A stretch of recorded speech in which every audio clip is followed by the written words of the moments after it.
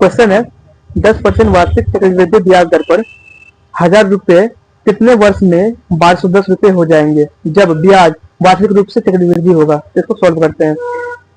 देखिए 10% दर कितना दे रखा है, 10% दे रखा है, दर 10% दे रखा है, ठीक है।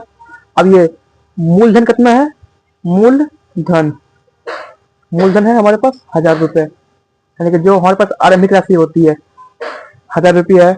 और मिश्र धन कितना है, मिश्र धन 1210 रुपये, यानी कि जो हमको ब्याज वगैरह लेने के बाद मिला उसको बोलते हैं मिश्र धन। अंतिम राशि जो होता है मिश्र धन है, ठीक है। हमको बोल रहा है, क्या बोल रहा है इसमें, कितना साल में जो ये 1000 रुपये से 1210 रुपया हो गया, ठीक है।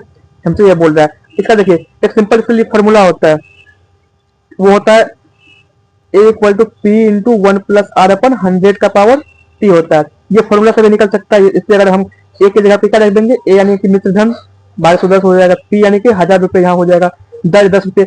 इससे भी हमारा मेरा मान निकल जाएगा, टाइम निकल जाएगा, यहाँ पे टाइम बचेगा, खाली मान निकल जाएगा। लेकिन हमको उसको हम शॉर्ट फॉर्म देखते हैं, शॉर्ट फॉर्म कैसे इसको कर सकते हैं। देखिए आप यहाँ पे आरंभिक मूल्य कितना था इसका, 1000 रुपया था, कितना था, 1000 रुपया था।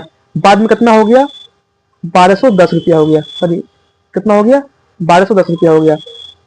यानी कि 1000 रुपये से 1210 रुपये, यानी कि इसको कहीं ना कहीं 210 रुपये का ब्याज मिला है, 210 रुपये का ब्याज मिला है, ठीक है। कितना साल में मिला है, कितना साल में मिला है, इसको 2 साल में मिला है, 4 साल में मिला है, 5 साल में मिला है, ये हमको ज्ञात करना है, ठीक है।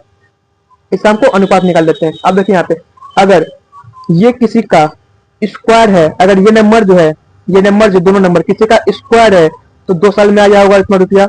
अगर किसी का क्यूब है तो 3 साल में उतना रुपया बना होगा। और किसी का पावर 4 हो रहा है ये, तो वो जो पैसा है 4 साल में उतना रुपया बना होगा, ठीक है। इसको पहले हम रेशियो में है तो इसको हम सॉल्व कर लेते हैं। 0 से 0 कट गया, यहाँ कितना बचा, 100 बच गया। यहाँ पे यहाँ कितना बचा, 121, ठीक है। अब देखिए यहाँ पे ये जो 10 है, ये जो 100 है, ये 10 का स्क्वायर है, 100 किसका स्क्वायर है, 10 का स्क्वायर है। यहाँ पे 121 किसका स्क्वायर है, 11 का स्क्वायर है।